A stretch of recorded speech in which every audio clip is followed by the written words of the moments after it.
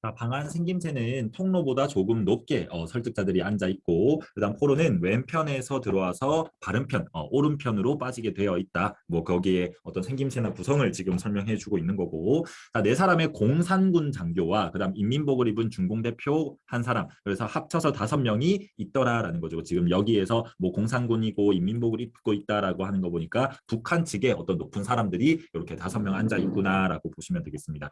자, 그들 앞에 가서 걸음을 멈춘다. 앞에 앉은 장교가 부드럽게 웃으면서 말한대요. 뭐라고 얘기하냐면 동무 앉으시오라고 부드럽게 얘기했다 그랬잖아. 그렇지? 왜 이렇게 부드럽게 웃으면서 얘기하겠어? 이제 이명준을 북한으로 이렇게 끌어들이기, 회유하기 위해서죠. 그렇지? 그래서 북한을 선택하도록 유도하기 위한 그런 행동이다라고 보시면 됩니다. 근데 명준은 움직여 안 움직여? 움직이지 않았다라고 지금 하고 있거든. 어떤 좀 의지를 보여주는 거지. 나는 거기에 설득당하지 않겠어라고 하는 어떤 단호한 태도가 지금 드러나고 있다라고 보시면 되고, 자, 동무는 어느 쪽으로 가겠소라고 지금 질문을 하고 있거든. 그러면 이쪽이든 저쪽이든 어쨌든 한쪽은 지금 선택을 해야 된다는 거잖아. 그렇지? 그래서 이데올로기적 대립과 갈등 상황에서 어디를 선택하겠냐라고 하는 이런 선택을 지금 강요받고 있고, 이러한 모습이 우리 민족이 처해져 있는 그런 상황이었다. 그 시대적인 배경과 같이 결부시켜서 이해를 하셔야 되겠습니다. 그렇지? 남북 전쟁이 일어났을 때 우리 민족들은 이런 선택 속에 놓여 있기도 했구나라는 거 같이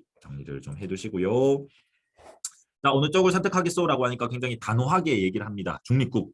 뭐 이렇게 3글자로 끝내버리거든. 그치? 그래서 중립국을 선택함으로써 나는 남한과 북한 중 어느 것도 선택하지 않겠다라고 하는 그런 의미, 그런 주장을 지금 펼치고 있고, 자, 그래서 그 북한 사람들이 이제 서로를 쳐다보겠죠. 그렇지? 그래서 앉으라고 하던 그 장교가 윗몸을 테이블 위로 바싹 내밀면서 이제 조금 더 적극적으로 꼬셔보겠다라는 거겠지. 그렇지? 그래서 이제 자세를 고쳐 앉으면서 동무, 중립국도 마찬가지로 자본주의의 나라요. 그런 자본주의의 나라에서는 굶주림과 범죄가 굉장히 우울되는 그런 곳이다. 라고 지금 이렇게 표현하고 있단 말이야. 그렇지? 그래서 중요한 거는 여기에서는 북측의 어떤 설득하려는 그런 논리와 남측에 설득하려는 논리들, 이런 것들을 비교하면서도 문제가 자주 나오거든. 그래서 일단 첫 번째 북측 장교의 설득 논리 한번 보면 자본주의는 굶주림과 그다음 범죄가 우글대는 곳이다라고 하면서 자본주의 나라의 부정적인 측면을 제시하고 있더라라는 거 정리를 해 두시면 되겠습니다. 그러니까 또 한마디로 얘기하죠. 중립국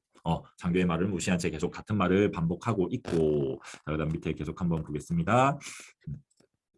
자, 다시 한번 생각하시지요. 돌이킬 수 없는 중대한 결정이란 말이요. 왜? 지금 포로니까 이제 선택을 하게 되면 그 나라로 송환이 되어서 이제 그 나라 사람이 되는 거거든. 그래서 잘 생각해라.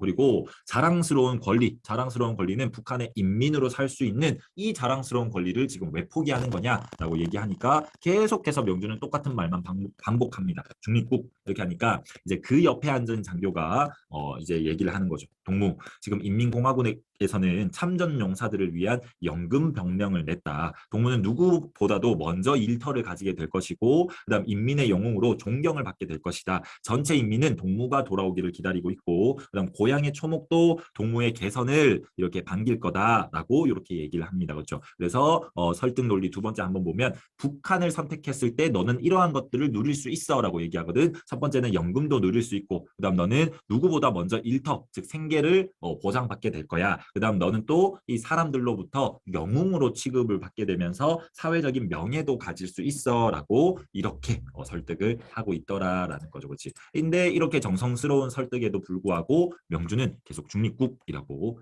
이렇게 얘기를 하더라라는 겁니다. 자, 그들은 머리를 모으고 소곤소곤 상의를 하는데 처음에 말했던 그 장교가 다시 얘기를 합니다. 뭐라고 얘기하냐면 동무의 심정도 잘 알겠소. 오랜 포로 생활 속에서 포로로 잡혀 있었으니까, 그렇지? 포로 생활 속에서 제국주의자들의 간사한 게임에 유혹을 받지 않을 수 없었다는 것도 용서할 수 있다. 여기에서 제국주의자들은 남한과 유엔을 가리킨다라고 보시면 되고, 자, 그러면 너 그런 게임에 넘어갈 수 있어. 하지만 우리 북한에서는 그런 거 신경 쓰지 않는다. 그런 염려는 하지 마라. 우리 공화국은 동무의 하찮은 잘못을 탓하기보다 동무가 조국과 인민에게 바친 충성을 더 높게 평가할 것이다. 네가 나가서 열심히 싸웠지 않느냐. 우리는 거기에 중점을 두지, 이런 포로로 잡혀 있을 때 어떤 간사한 게임, 이런 마음이 흔들리는 거, 이런 거 우리는 신경 쓰지 않겠다. 그래서 일체의 보복 행위는 없을 것을 내가 약속하겠다. 라고 이렇게 얘기를 하더라라는 거죠. 그렇지? 그래서 세 번째 논리는 돌아오더라도 일체의 보복이 없을 것을 이렇게 제시하더라. 근데 말이 끝나기도 전에 명준이 또 뭐라 그래? 중립국이라고 하면서 딱 끝을 내버리는 그런 모습이 그려지고 있더라라는 거죠. 그렇지?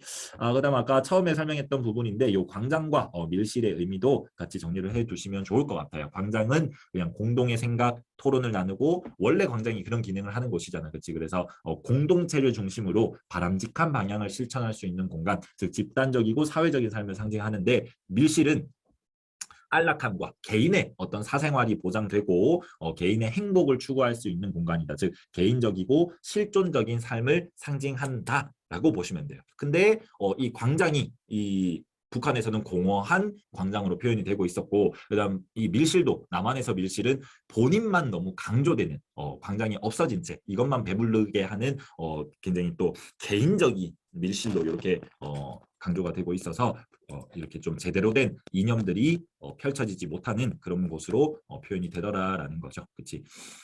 자, 그래서 중립국하고 말을 끊어버리니까 이제 중공 대표가 날카롭게 무어라 외쳤다. 자, 설득하던 장교는 증오에 찬 눈초리로 명준을 노려보면서 내뱉었다. 즉, 명준이를 설득하지 못하자 태도가 굉장히 지금 적대적으로 바뀐 거 보이시죠? 그치? 그래서 적대적으로 바뀌어서 좋아. 눈길을 방금 도어를 열고 들어서는 다음 포로에게로 넘겨버렸다. 즉, 명준은 얘는 그냥 패스 버려. 라는 이제 그런 느낌인 거죠. 그치? 자, 그래서 아까부터 그는 설득자들에게 간단한 한마디만 되풀이하더라. 뭐만 되풀이했어? 중립국이라는 요것만 되풀이하면서 대꾸를 했고 지금 다른 천막에서 동시에 진행되고 있을 광경을 그려보고 있었다라고 얘기하고 있거든. 그러면 이쪽 천막에서는 북한의 장교들이 포로들을 지금 회유하는 걸 하고 있었고 저쪽 옆에 천막에서는 남측에 있는 장교들이 이제 이 포로들을 회유하는 그런 모습이 그려지고 있을 거란 말이야. 그치? 근데 중요한 건 봐봐. 이 남측의 장면, 그러니까 설득하고 있는 그 장면을 그려보고 있었고, 그리고 그 자리에 자기를 세워보고 있었다. 라고 이렇게 얘기를 하고 있는 거거든. 그럼 실제로 지금 얘가 남측에 가서 이렇게 설득당하는 장면이 아니라 얘는 그 모습을 한번 떠올려보는, 즉 상상하고 있는 부분이다라는 것을 캐치해 내셔야 돼요. 아시겠죠? 실제로 나만 그 천막으로 넘어가서 설득을 당하는 게 아니라 얘는 그 장면을 지금 떠올려 보면서 상상하고 있는 부분이다라는 거 정확하게 짚어내셔야 되겠습니다.